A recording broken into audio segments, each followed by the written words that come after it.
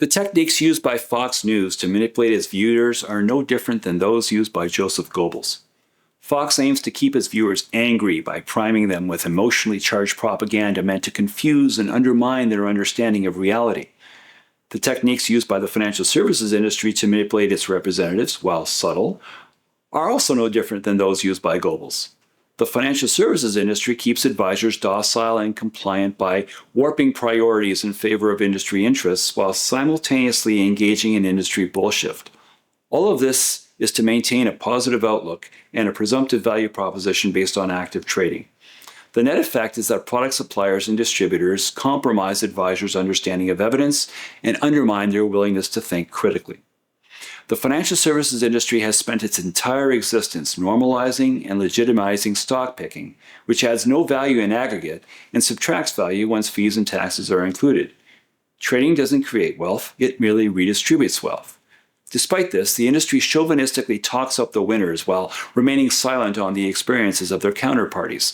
There's simply never been a time when it's better or worse to trade stocks. It's a wash. The odds never change. Throughout the past number of decades, corporate interests within the industry have made countless claims about how we're entering into a stock picker's market, as if such a thing even existed. In fact, this is akin to saying we're entering into a lottery number picker's market. It's insultingly preposterous. Still, if a person making the claim can convince the listeners, including the advisors who glibly repeat the claim, that it is both possible and rational to reliably pick stocks, then the desired behavior logically follows and profits are increased. Implied circumstantiality that is never substantiated is textbook industry bullshit. There's a quote from Carl Sagan that captures the situation succinctly. One of the saddest lessons of history is this: if we've been bamboozled long enough, we tend to reject any evidence of the bamboozle. We're no longer interested in finding out the truth. The bamboozle has captured us. It's simply too painful to acknowledge, even to ourselves, that we've been taken. Once you give a charlatan power over you, you almost never get it back. The problem is massive.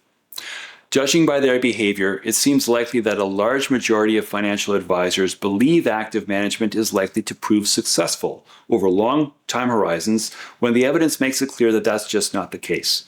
This is a classic case of Dr. Heal Thyself. The challenge is equally monumental. How can advisors be reprogrammed to hold beliefs that are in line with what the evidence, not to mention logic and common sense, shows to be a better way on a balance of probabilities basis?